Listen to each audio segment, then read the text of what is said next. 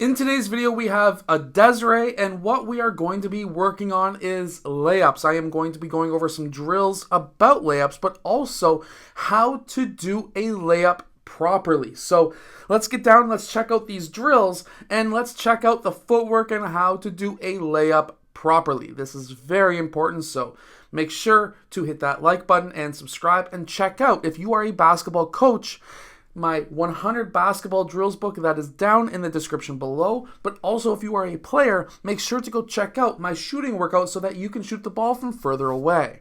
Okay, so first is going to be a very simple tutorial of how to do a layup, and this is a Desiree, not recently but a few years ago.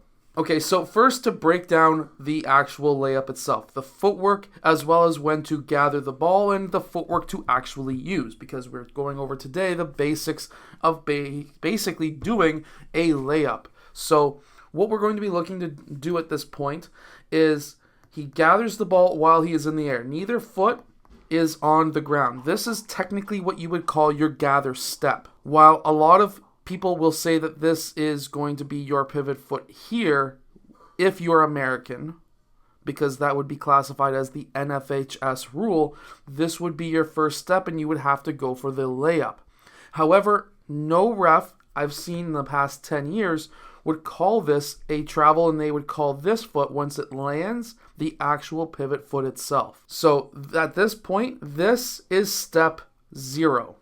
If we are to go with this being your pivot foot, your 0 step, then this layup would be legal on all levels, because this would be your first step, and then you want to try and lift your knee up into the air so that you have a lot of momentum to get up high, and then you go for your right hand layup. You essentially have to, when we're talking about the actual footwork and how everything is timed, when you go up for your layup, you have to pretend that there is a string attached from your elbow to your knee. When your elbow goes up, your knee goes up at the exact same time. Now, if you are Canadian or you are running under FIBA rules, which is the rest of the world, technically speaking, you can gather the ball on this foot. This can be your 0 step. From there, you're able to go 1, 2, and then up for your layup. There's a difference between FIBA and NFHS rules. So FIBA, the whole world uses FIBA except for the United States. The United States is under NFHS rules. If you ever hear somebody call it Federation rules, that would be NFHS. This is AAU as well as NCAA. And under NFHS, you are allowed 1 step, 0 gather. Under FIBA, you are allowed a gather, but you are also allowed 2 steps. Technically, this is real basketball. This is American amateur basketball. Now, if you're in Asia, I don't know what their rule book is, but the only difference is you're allowed to hop on the same foot. So you would be able to go left instead of going left-right. You have to change feet under FIBA and NFHS rules, while in Asia you can hop on the same foot. Now this layup right here is slightly a mistake, but I wanted to show you the most common mistake that players will make. So right now he gathers on his left, which is totally fine, and then he takes 1 step, which is exactly what you want to do, and then he lifts his elbow, but look at a Desiree's knee. The knee is not going up with the elbow. If you want more power on your layups, if you find that your layup is hitting the bottom of the rim, usually this is the reason why. Now, Desiree, he made this layup, but it would have been much better if his left knee was able to get up much higher. So now let's go look at some drills that you can run with your players to be able to teach them how to do a layup.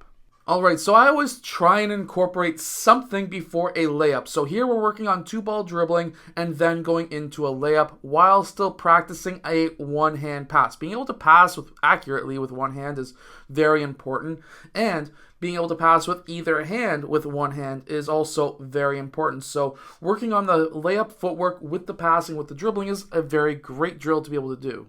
Being also able to do a jab and then one dribble into a layup is also very important. I am a massive believer in taking the longest steps possible to be able to get to the rim. And no matter what age you are at, you should be able to attack from 15 plus feet with just one dribble and the ability to take two big steps. Big steps, in my opinion, again, are massively important so that you can blow by your defenders.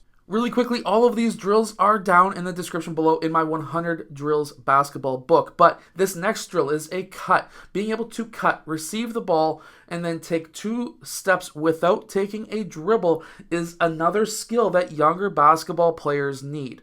The ability to cut to the rim and then catch the ball. A lot of players will want to dribble that ball. Believe me, it is amazing how younger players think that they have to take a dribble before they take their two steps. I'm not too sure who teaches these younger kids that, but this is a thing, and it is something that younger players tend to do a lot of. So being able to teach these young players the ability to just catch, take two steps and go for the layup, or if you're an American, to catch, take one step and go for a layup, is a massive skill. Massive coordination also, especially for younger players. Anyways, that is it for this video. Make sure to tell Desiree in the comments that he did a fantastic job because he worked hard in these videos, a couple of years ago anyways. And make sure to go check out the 100 Drills basketball book that is down in the description below because those drills will definitely help you improve your team's ability to make layups and, of course, shots and everything else. And if you're a player, make sure to go check out the shooting workout that is down in the description below so that you can shoot the ball from further away.